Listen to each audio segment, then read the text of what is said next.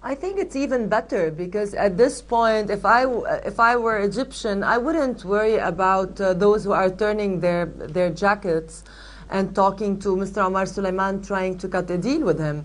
What's happening in Cairo was an impulsive, unorganized crowd who went on the streets and started screaming the pain they've been feeling for the last 30 years. And it's normal that they don't have one leadership that is charismatic yet, but I'm sure that each party, because you do have the Copts, you have the Brotherhood, the Muslim Brotherhood, you have communist, you have all sorts of movements inspired by different ideologies. At this point, there is no one leader that represents everybody, but at a certain time, each group will have one charismatic figure, and these people will become the leaders of the future. And we don't need to find one leader; they could have one representative each. Okay, and I think this is what's going to happen. Okay, Mr. Hero, what about Ms. Talja's comments? Your take on that? It's not necessary, she said, to have a one leader right now. And I want you to comment on that. And also, I want to look at the possibility of, in the situation, in the interim, if there is a vacuum, what's the possibility of external parties, meaning other countries, getting involved and this revolution being hijacked?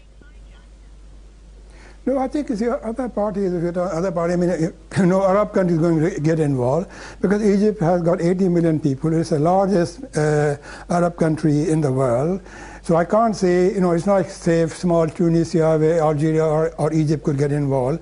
So I don't think that's a possibility. As far as America is concerned, of course, you see, Mr. Barack Obama at least has some historical sense. He will be saying to himself, or he will be saying to his wife, I don't want to be like Jimmy Carter. You know what happened to Jimmy Carter? He said, Iran or the Shah is the island of stability in a very volatile region. I'm not going to be like that.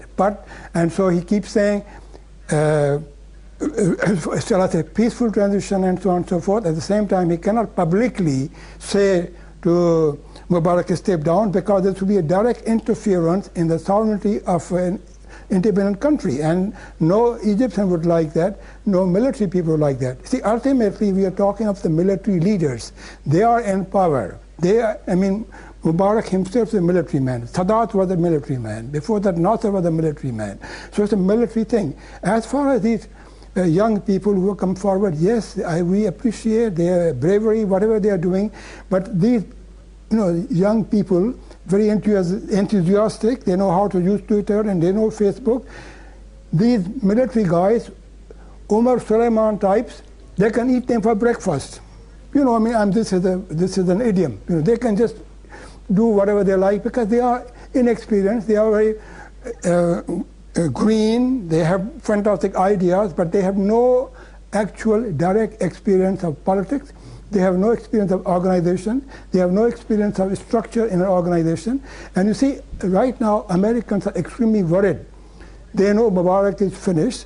What to put in there? Okay, on that note, Mr. Hero, I'm so sorry. Because I want to bring, we have one more guest. I want to get in on this. So sorry, Mr. Mohammed Owais, a political analyst from Washington. Mr. Owais, how do you see it all at this point in time? I'm not sure what part of this discussion that you've joined us, but the guests are basically saying we're looking at the lack or leadership right now and the role it is playing. As some of our guests are saying, it's natural and it will develop and leaders will evolve. The question is that if the certain leaders do not evolve soon, is it the possibility that this revolution could be hijacked by others? You know what I heard from your guest from Cairo, that doom and gloom, I don't know where he's getting his information from. To get 2 million people to the streets of Cairo, it takes a lot of organization and a lot of support. And I am sure, and I am in touch with people in Cairo. They are very well organized, and there is nothing wrong with talking to Omar Suleiman if they are telling him he and his president need to get the hell out of Egypt. So we cannot sit here and point fingers at people and try to advertise for one party or another. This is a collective effort by all the Egyptian, the civil society, the Brotherhood Muslims, Al-Waqf, the Nazarite, Kifaya, and everybody. It is every Egyptian, every farmer, every student in Egypt is part of this revolution. It is still in its infancy, and people cannot sit and try to tell them what to do. They are the ones who have their hands in the fire of this regime, and they should be left alone. For us to sit out here in London and in Washington and in Beirut and in Cairo, the gentleman from Cairo, I don't know what alternatives he has or what he's trying to serve, but he should not be,